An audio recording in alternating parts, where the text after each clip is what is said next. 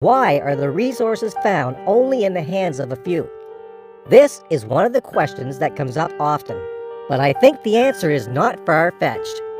The rich people have learnt powerful skills and timeless principles that they practice every day, and this has allowed them to remain rich. These skills and principles which they have mastered is what separates them from everyday people. It is what makes them remain in riches. Circumstances may change, but principles remain the same. Here are a few of those principles. Principle 1. Rich people think abundance, but poor people think lack. The rich have a completely different mindset when it comes to how to make money.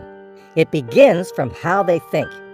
Scripture says, "As a man thinks in his heart, so is he."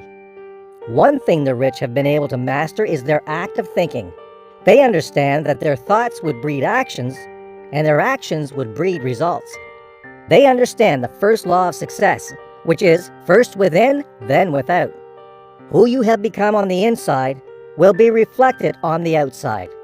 When you realize that most people are poor, it is good for you to make up your mind that you won't go along that mind path that they have chosen to follow. Principle 2. Rich people see opportunity, poor people see problems. Imagine a teacher who got an appointment to teach at a secondary school, and he had to teach the senior class, the ones preparing for their final exams. He taught them throughout the term, and after they had written the exams, a large number of them failed and had to repeat the class. The teacher could react to this by saying, "I don't even understand why these students are so dull. After all my efforts of teaching, they still failed." Yet, another teacher comes and sees the amount of failure among the students, and he immediately recognizes an opportunity to make money, while imparting positively into the lives of these students. This can be done either by writing a book on practical guides to passing their exams excellently well, or he organizes extra classes for the students where they have to pay an extra token to get coaching for their exams. The difference between the two teachers is that one saw a problem and the other saw an opportunity. Principle 3. Rich people allow the interest on their investment to compound. The truth is, no matter how great talent or efforts, some things just take time, Warren Buffett says. Building wealth is one of them. There is always a time interval between the time you make investments and when your investments will yield dividends. The rich understand the law of delayed gratification. The rich understand the principles of compound interest, and they make it work for them. They simply take the interest that accrues from an initial capital invested and put it back into the business to generate more profit from the initial profit. Principle 4. Rich people mind their associations while the poor don't.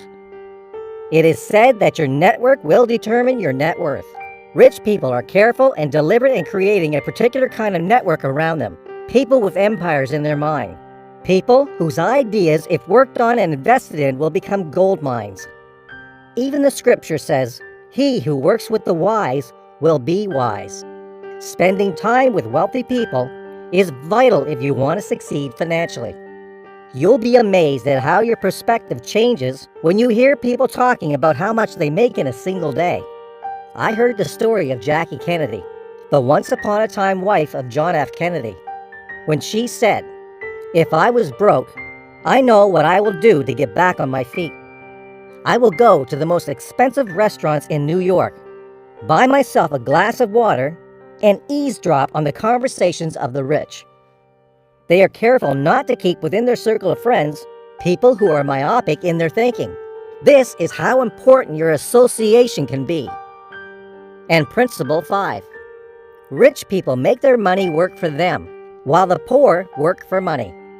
A very large number of people work for money.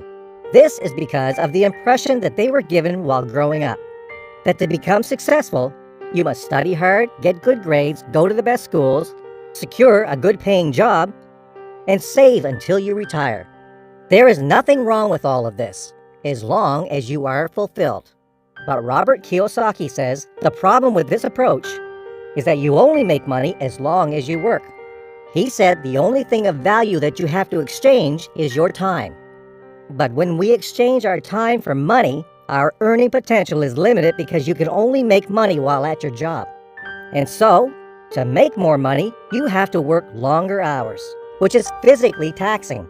He says that the rich dad told him, the poor and the middle class work for money, while the rich have money work for them. They do this by learning to invest and then putting their money in assets like businesses and investments that generates passive income until they reach the point where they don't have to work anymore. They simply spend their money on assets while the poor spends theirs on liabilities.